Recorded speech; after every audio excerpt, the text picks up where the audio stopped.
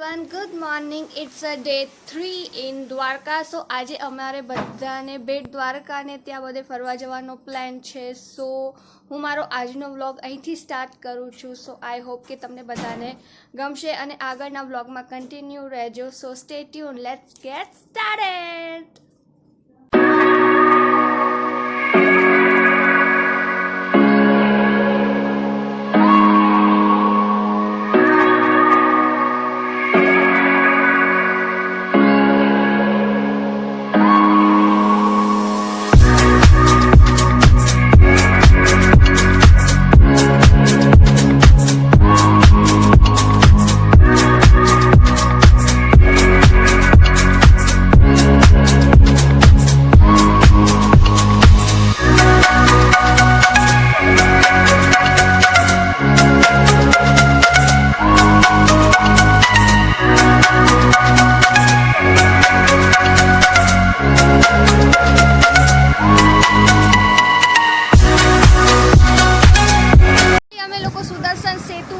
આવી ચૂક્યા છીએ. સો એક્ઝેક્ટ મારી પાછળ જે બ્રિજ છે એ છે અને આ સાઈડ છે દરિયો.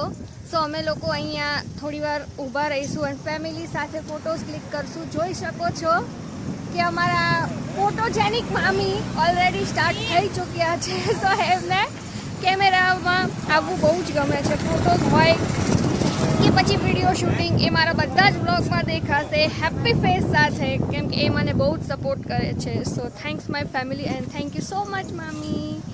સો ચલો એન્જોય કરીએ. અહીંયા બહુ જ મજા આવે છે, અમે એન્જોય કરી રહ્યા છીએ. અચ્છા, ઓકે. અને આ જે હતો ત્યાં તો ફોટોસ ક્લિક કરી લીધા, બરાબર પાડ્યા?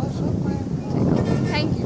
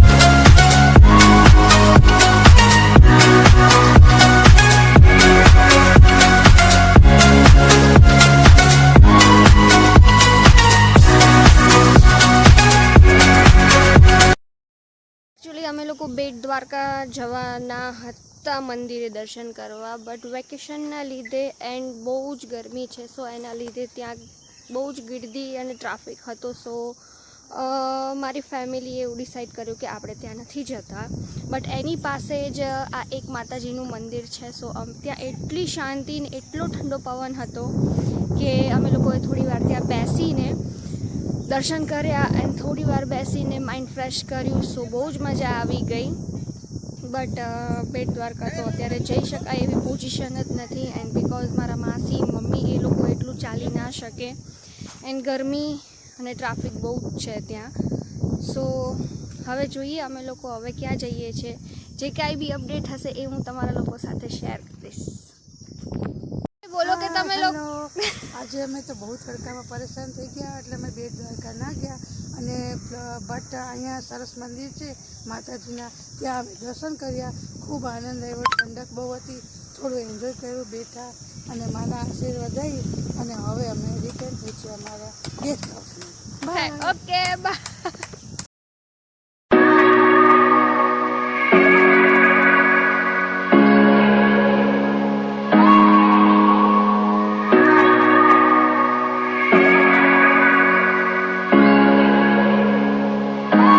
આજે અમે લોકો બેટ દ્વારકા નહીં જઈ શક્યા, બટ પછી હોટલ પર આવીને રેસ્ટ કર્યો, જમ્યા એન્ડ દેન અત્યારે સાંજે અમે લોકો બીચ પર જઈ રહ્યા છીએ. સો મારે બીચ પર થોડા વિડીયો શૂટ કરવાના હતા. સો મેં આજે સાડી પહેરી છે પિંક કલરની, ફૂલ લુક હું ત્યાં જઈને આપીશ. સો મેં સાડી પહેરી છે અને એના વિડીયોઝ ને રીલ્સ હું બધી પોસ્ટ કરવાની છું ઇન્સ્ટાગ્રામ પર. સો ત્યાં જઈને ચેક કરજો. સો હવે મળીએ આપણે બીચ ઉપર. એકચ્યુઅલીમાં થયું છે એવું કે અમે સનસેટના ટાઈમ પહેલાં પહોંચી ગયા છીએ. સો બહુ જ તડકો છે, તો અમે લોકો આવી રીતે અહીંયા બેસી ચૂક્યા છીએ. એન્ડ આ લોકો તડકાથી બચવા માટે છુપાઈને બેઠા છે કે ભાઈ થોડો તડકો ઓછો થાય પછી લોકો સનસેટનો જે મજા છે એ ત્યારે લેશે. સો અમે લોકો આવી રીતે બેસી ગયા છીએ. સાડીની અંદર થોડી રીલ શૂટ કરવી હતી બીચ પર. સો અમે લોકો બીચ પર આવી ચૂક્યા છીએ એન્ડ હું ત્યાં પાણીમાં જાઉં છું થોડી રીલ શૂટ કરવા માટે. So let's go.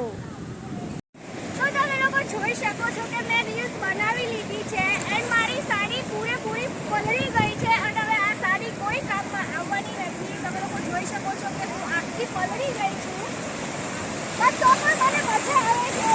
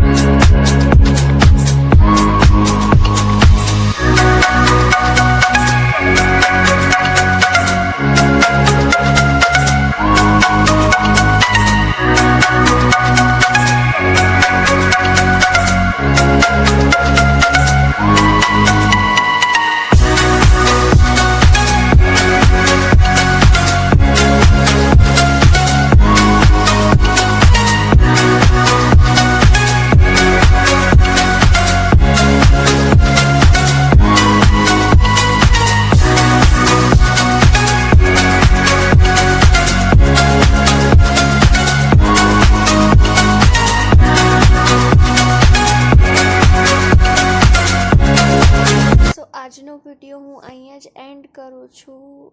તમને મારો વિડીયો ગમ્યો હોય તો લાઇક, શેર એન્ડ સબસ્ક્રાઈબ કરી દેજો અને કમેન્ટ પણ કરજો. સો ગુડ નાઇટ એવરીવન.